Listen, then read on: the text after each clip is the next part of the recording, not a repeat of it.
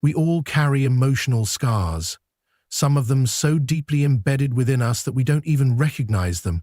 These scars are the result of early experiences, things we might have experienced as children that, at the time, we couldn't fully process or understand. Abandonment, neglect, emotional unavailability. These wounds, though often buried beneath the surface, continue to shape how we interact with the world around us. They affect how we view ourselves, how we form relationships, and most importantly, how we love. When we have these unhealed wounds, they can often direct us toward people who mirror the very pain we experienced as children. It's not always a conscious choice, of course. In fact, it often feels like we're seeking out love or companionship as a form of healing. But what we don't realize is that we are drawn to relationships that replicate the dynamics we grew up with. We may find ourselves, time and again, attracted to individuals who are emotionally unavailable, distant, or even neglectful. People who, for all their charm or appeal, ultimately cannot give us the kind of love and support we truly need. This isn't about being stupid or weak for loving someone who isn't capable of offering you anything in return. It's not about making poor choices intentionally. It's about a deeper, unconscious wound that leads us to recreate situations where we can experience familiar emotional patterns, even if they are painful or unfulfilling. In our minds, there is an unconscious belief that maybe, just maybe, this time will be different, that this person will somehow fill the emptiness that we've felt for so long. But what happens is that we keep chasing something that's not available to us, an emotionally fulfilling connection that we never received in our formative years. These wounds often begin in childhood, when we are most vulnerable. It could have been a parent who was emotionally distant, someone who, despite being physically present, never truly engaged with us in a meaningful way. Maybe there was an emotional disconnect that left us yearning for love, for attention, for understanding.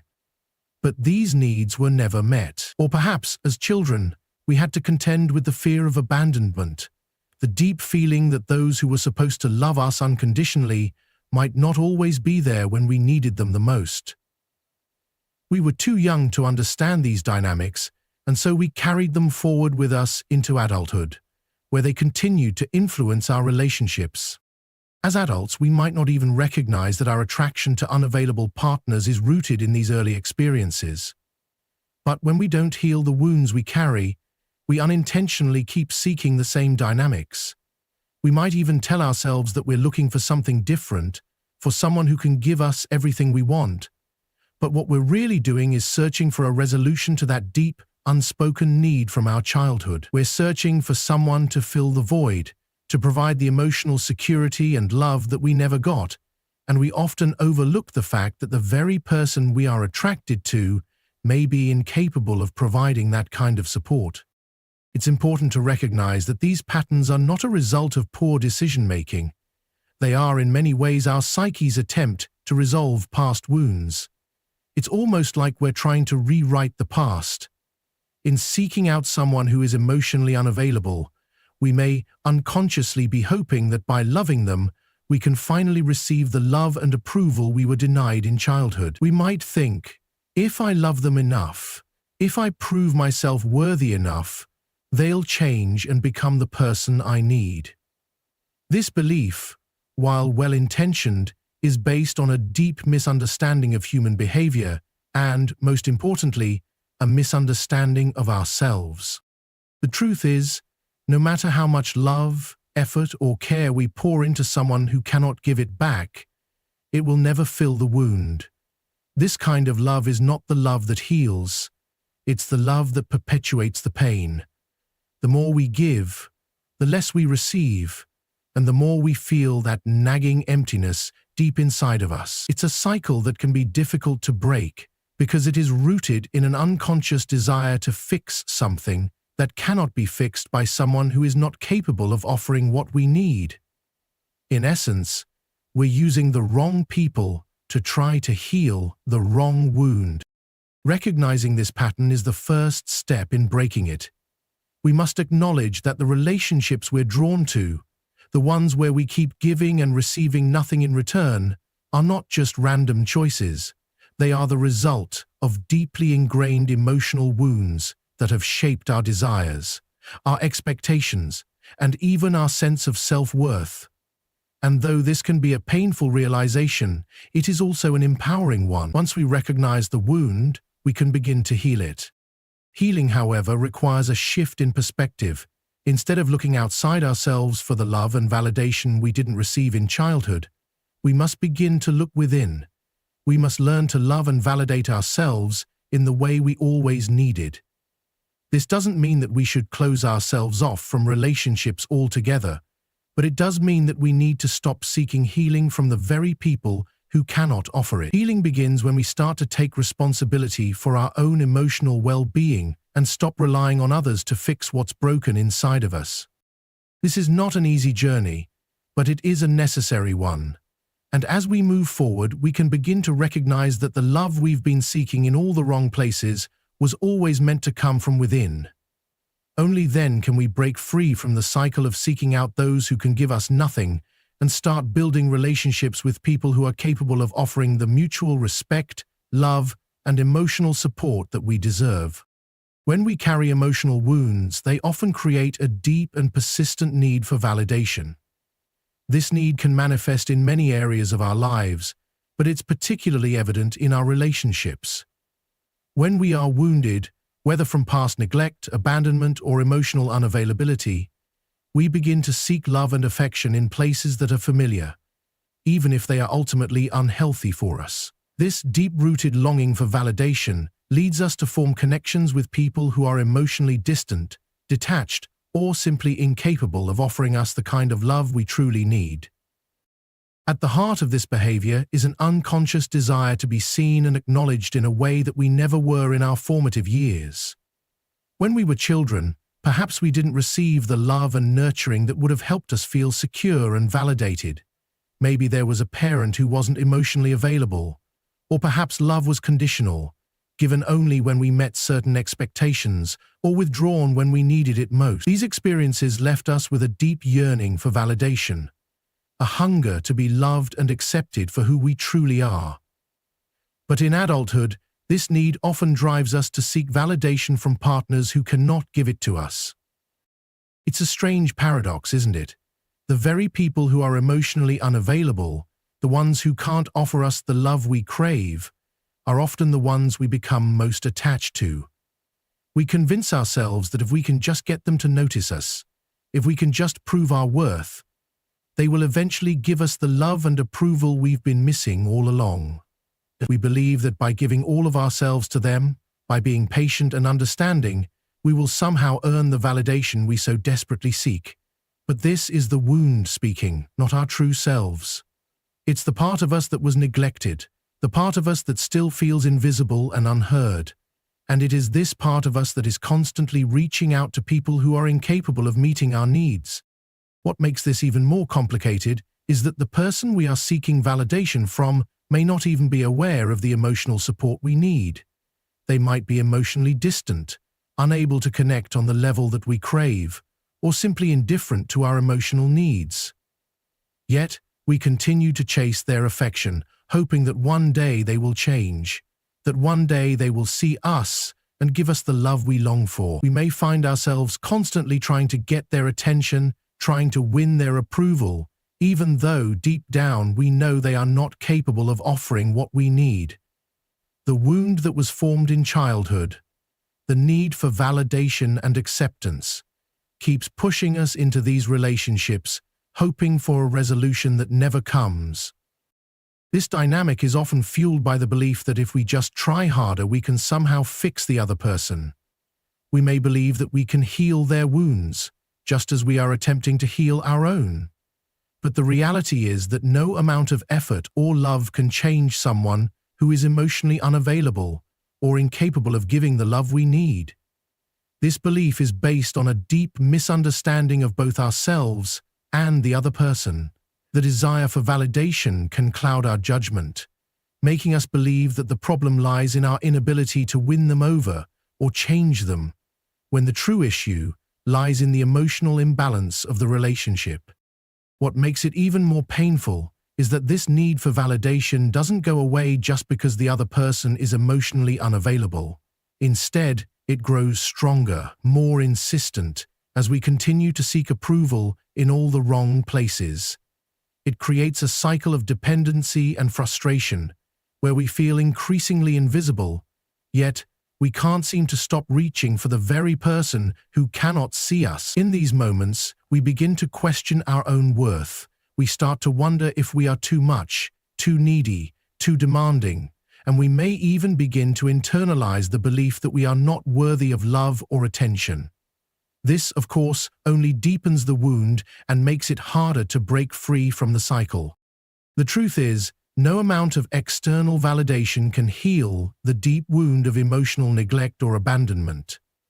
We may seek validation from others, but the real healing comes from within. To heal, we must first learn to validate ourselves, to accept ourselves as we are without needing someone else's approval. This requires us to confront the wound directly and acknowledge the ways in which we've been seeking validation from the wrong sources. It requires us to stop seeking approval from those who cannot give it to us and begin to look inward for the love and acceptance that we've been longing for. Self-dedication is not about becoming self-centered or shutting ourselves off from others. It's about recognizing our own worth, not because of what someone else thinks of us, but because we know deep down that we are deserving of love and respect. It's about acknowledging the parts of ourselves that were wounded in the past and offering ourselves the love and compassion that we so desperately needed but never received. Only then can we stop chasing after people who can't offer us the love we deserve. When we begin to validate ourselves, we break the cycle of seeking love from those who cannot provide it. We stop giving our hearts to people who are emotionally unavailable, and instead we start to attract relationships that are based on mutual respect and understanding. We learn that we don't need to prove our worth to anyone. Our worth is inherent, and once we recognize that, we can begin to form healthier, more fulfilling relationships. The journey to self-gratulation is not an easy one, and it doesn't happen overnight. It requires self-awareness, patience, and a willingness to confront the wounds of the past. But as we begin to heal and validate ourselves, we free ourselves from the need to seek validation from those who can give us nothing in return. And in doing so, we open ourselves to the possibility of deeper, more meaningful connections, ones that are based on true love and mutual respect. We all carry with us patterns that shape the way we approach relationships, the way we perceive love, and the way we respond to others. These patterns aren't just random, they are deeply ingrained behaviors that emerge from our unconscious mind. When we experience emotional wounds, especially in our early years, we tend to recreate those same situations over and over, hoping that this time things will be different. It's a psychological mechanism, almost like an unconscious attempt to resolve past pain by reenacting it, thinking that we can find closure or healing through repetition. This is especially true when it comes to relationships. When we don't heal from the wounds of our past, be it neglect, abandonment, or emotional unavailability, we find ourselves in a cycle of seeking out the same kinds of partners who mirror those very dynamics. We might even tell ourselves that we're looking for something different, for someone who will give us the love and affection we truly need. But in reality, what we're doing is unconsciously searching for a way to rewrite our past. We're hoping that this time we'll be able to fix the brokenness we've felt since childhood. But inevitably, we end up in the same emotional places, caught in a cycle of disappointment and frustration. The real danger here is not just that we repeat these patterns, but that we begin to believe in some part of ourselves that these patterns are all we deserve. We might even think that this is how love is supposed to look, that being in a relationship where we're not fully seen or understood is somehow normal, that if we just keep trying harder, we'll finally get the love and validation we were denied earlier in life. It's a dangerous belief because it keeps us stuck in situations where we're continually giving but never receiving what we need. We end up investing all of ourselves in relationships with people who, for various reasons, are incapable of offering us the emotional support we seek. This cycle of repetition can be incredibly painful because, on one hand, we recognize that we're not getting what we need, yet, on the other hand, there's a part of us that keeps pushing forward, believing that this time the result will be different. We try harder. We try to be more patient. We tell ourselves that if we just stick around long enough, the person will eventually see us and recognize our worth. But that hope often goes unfulfilled because the person we're with is not capable of offering us what we truly need. They may be emotionally unavailable or incapable of loving us in the way that we desire, but we persist in the belief that we can change them, that we can fix them. It's a common trap to fall into, the idea that if we just work hard enough, if we give enough, if we love enough, the other person will come around. But this belief stems from the deep emotional wounds we carry, from the longing to fix something that was broken in our past.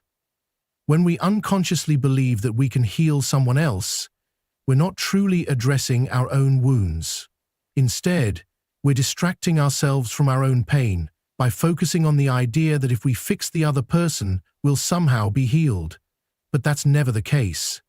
You can't fix someone else's emotional unavailability, and you can't change someone's capacity to love. What you can do is address your own emotional needs and break free from the cycle of repeating the past. The issue is that these patterns are not easy to recognize, especially when they're deeply embedded in our unconscious mind. We don't see ourselves as being trapped in a cycle of repetition because, at first, everything feels familiar. We may even find comfort in these patterns because they echo the emotional dynamics we experienced growing up. But comfort doesn't mean that we're healthy or happy. Just because a relationship feels familiar doesn't mean it's the right one for us. These repetitive patterns of seeking out unavailable partners don't serve us. They keep us in a state of emotional stagnation. They don't allow us to move forward or to grow into the kinds of relationships we truly deserve. It's vital to recognize that breaking free from these patterns requires conscious effort. It means understanding that we're not doomed to keep reliving our past, that we don't have to continue seeking out the same emotional experiences over and over again. But this can be difficult because, on some level, we're still trying to resolve the wounds from our childhood. We still feel that deep need for love and validation, and so we keep searching for it in the wrong places. The key to breaking this cycle is to become aware of these unconscious patterns and to begin the process of healing the wounds that drive them. Healing isn't about waiting for someone else to change. It's about changing our own approach to love and relationships. It's about learning to recognize our own worth and acknowledging that we are deserving of love that is reciprocated, healthy, and supportive. This means we have to stop seeking validation from people who can't give it to us and start looking within for the love and acceptance that we crave. It's about understanding that we don't need to change someone else in order to heal. We need to heal ourselves. The first step in breaking the cycle of repetition is to recognize the pattern. We must become aware of the ways in which we're attracting emotionally unavailable people and start asking ourselves why. What is it about these dynamics that keep pulling us in? What are we hoping to achieve by continuing to give to someone who cannot offer us what we need in return? This awareness is the key to unlocking the door to healing. Once we see the pattern for what it is, we can begin to take the necessary steps to move forward. It's not about finding a way to fix the other person.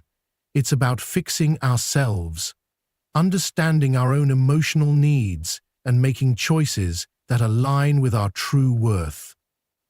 The cycle of repetition will continue only as long as we allow it, but once we recognize it, once we stop trying to change others and start healing ourselves, we can break free from the patterns of the past. We can open ourselves to healthier, more fulfilling relationships that are based on mutual love, respect, and understanding. In breaking the cycle, we reclaim our power. And that power lies not in changing others, but in changing the way we relate to ourselves and the world around us. We often find ourselves in relationships that don't truly nourish us, even though we desperately want them to. We give so much of ourselves, our time, our attention, our energy, and yet somehow we still feel empty, unfulfilled, and even invisible. Why does this happen? The answer is rooted in something that's very subtle, but immensely powerful. Our unconscious mind. It has a profound influence on our choices, especially in relationships, and it often pushes us to settle for less than what we deserve. When we haven't healed the wounds of our past, whether they stem from childhood neglect, emotional abandonment, or a lack of validation, we often find ourselves in relationships where we're giving more than we're receiving. And while it may seem like a pattern of trying too hard or loving too much, the real issue lies in our subconscious need for approval.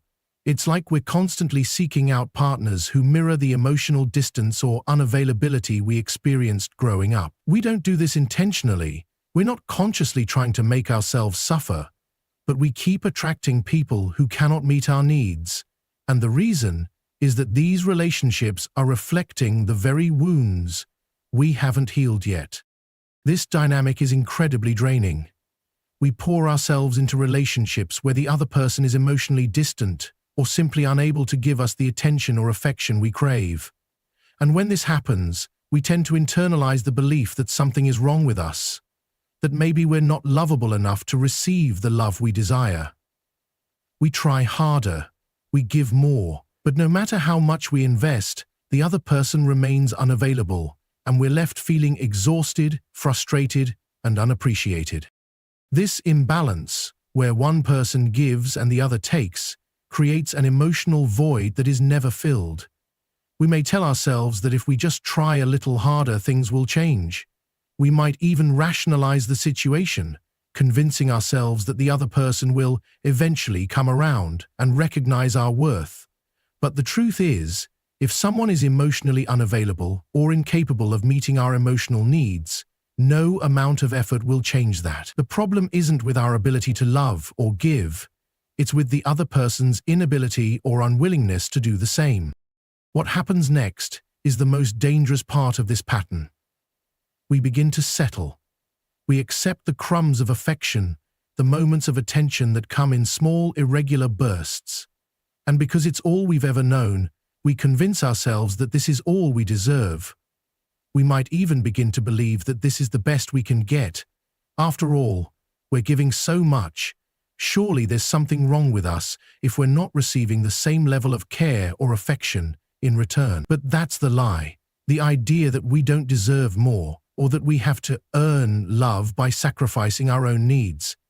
It's an idea born from the wounds of the past, from the times when we weren't validated or seen for who we truly are.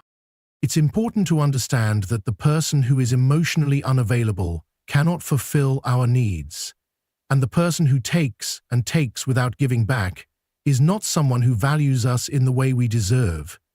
Yet we keep giving, driven by the belief that maybe, just maybe, the other person will change, that with enough love we can fix things. The problem with this is that it keeps us stuck. We stay in relationships where we're not receiving what we need because, at a deep level, we're still trying to fix something that happened in our past. A past where love and validation were either absent or conditional. This kind of dynamic doesn't just affect our emotional well-being, it also affects our self-worth. When we're constantly giving to someone who cannot reciprocate, it leads to a gradual erosion of our sense of value. We start to feel like we're not enough.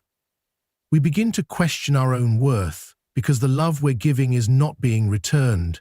And when we internalize this idea that we're not worthy of love or attention, we end up in a vicious cycle. We become stuck in relationships that deplete us emotionally, unable to move on or break free because we've convinced ourselves that this is the kind of love we deserve. It's crucial to recognize that true love, the kind that nourishes and supports us, is not based on sacrifice or giving more than we receive. Healthy love is reciprocal. It's a relationship where both people give and receive in equal measure, where both people are emotionally available and invested in each other's well-being. When we find ourselves in situations where we're the only one giving, we have to stop and ask ourselves why we're staying. What are we hoping to get from this? What is it about this dynamic that keeps drawing us in? And most importantly, what are we sacrificing in the process? We must also recognize that our tendency to give too much, to stay in relationships that drain us, often comes from a deep-seated need for validation.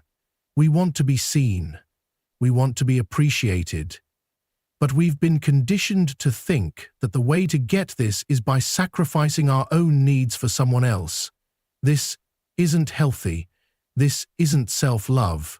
And it certainly doesn't bring us closer to the kind of love we desire. To find real, fulfilling relationships, we must first learn to honor our own needs and set boundaries that protect our emotional well-being.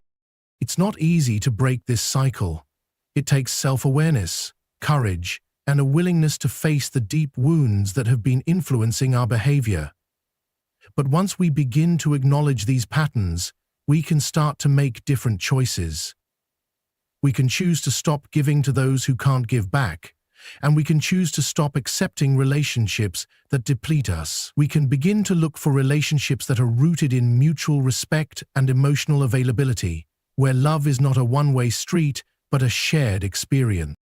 In the end, the journey is about learning to love ourselves first, about recognizing our own worth and refusing to settle for anything less than a relationship that brings us joy, fulfillment, and balance.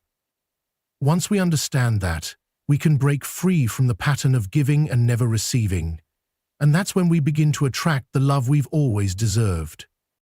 There's a profound truth that often goes unnoticed in the midst of seeking love from others. We can only give what we have within ourselves. When we approach relationships from a place of emotional emptiness, when we are seeking love to fill a void, rather than to complement a well-rounded sense of self, we often find ourselves giving more than we have to offer.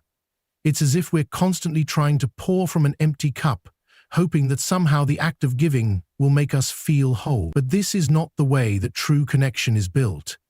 Relationships, as much as they involve giving, also require us to be full within ourselves. When we aren't emotionally healthy or self-sufficient, the giving we do doesn't come from a place of abundance, but from a place of lack.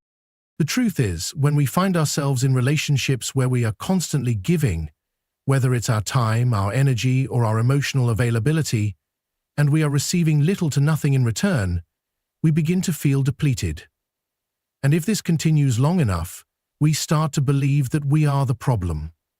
We start to think that maybe we're not worthy of the love we desire, or that we're too much to handle. But in reality, the issue is not with who we are, but with how we are approaching the relationship and the expectations we've set for what we need to receive. When we give without replenishing our own emotional reserves, we begin to starve ourselves of the very love we are trying to give. And this, in turn, keeps us stuck in relationships where we are unable to receive love in a meaningful way.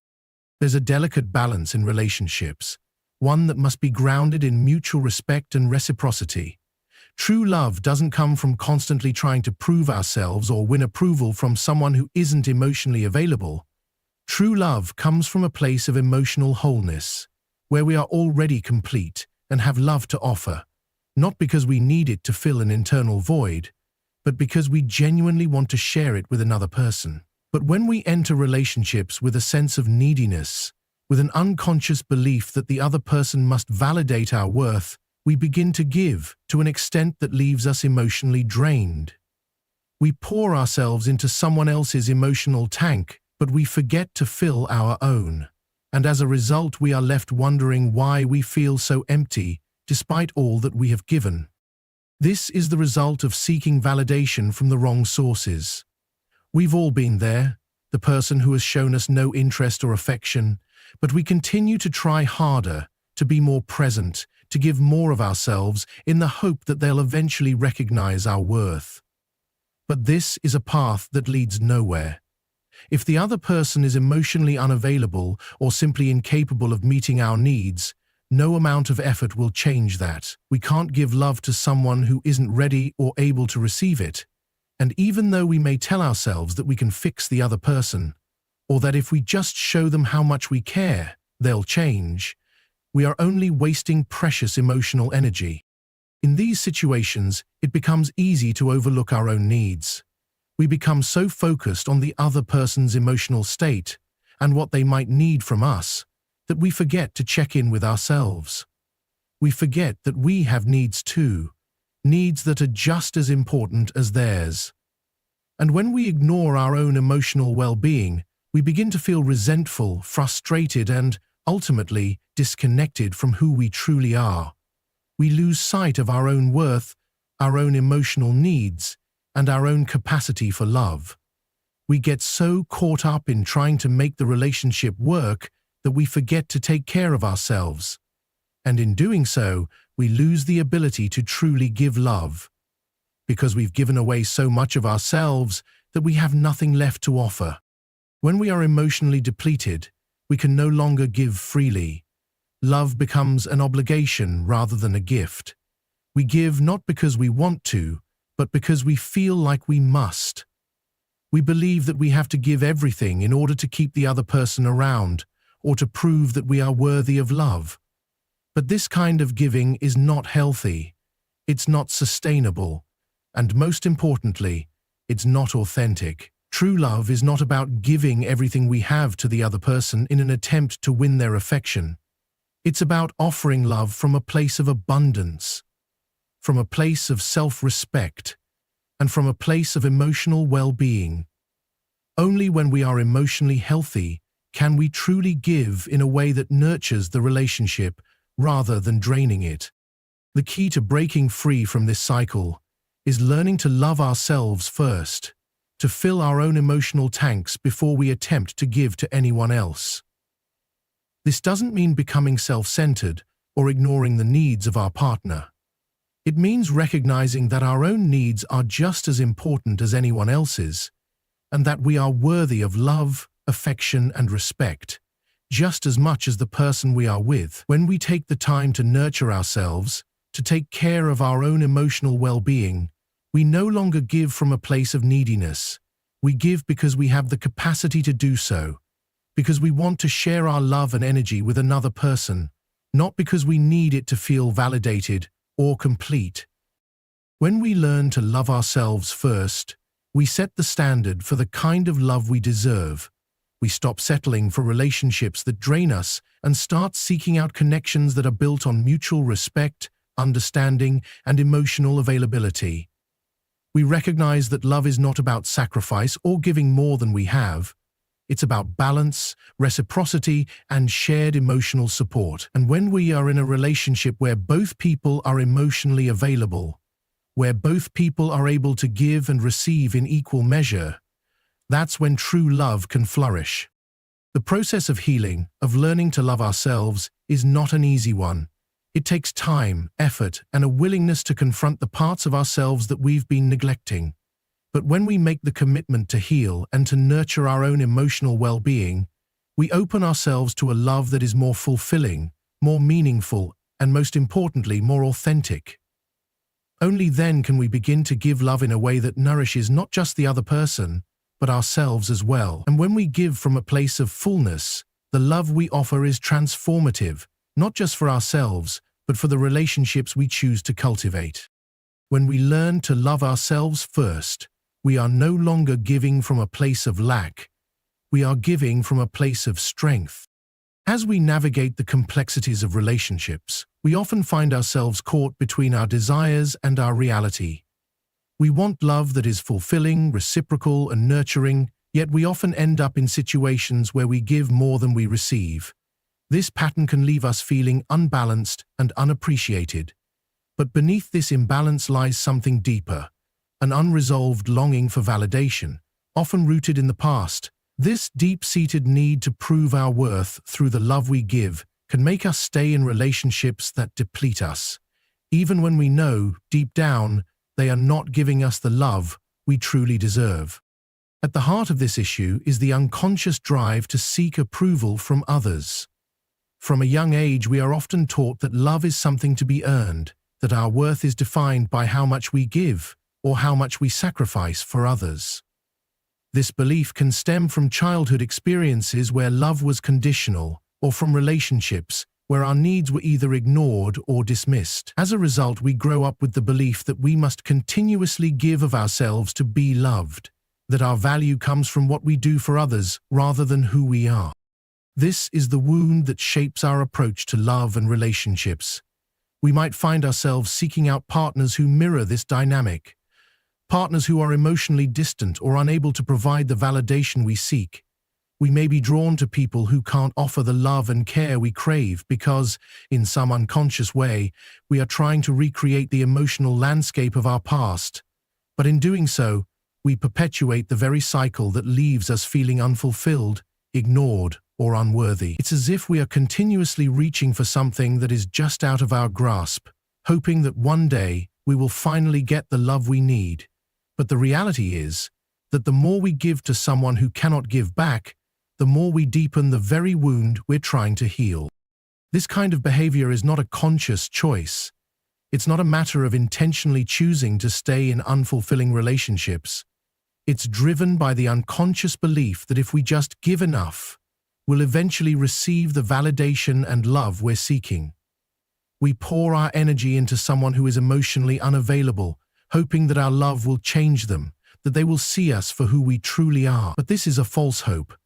The reality is that people can only give what they are capable of giving, and if they are emotionally unavailable or unwilling to meet our needs, no amount of effort will change that. We can't change someone who isn't ready or willing to change. But the deeper issue lies in our own willingness to accept this behavior, to settle for less than we deserve, and to ignore our own emotional needs.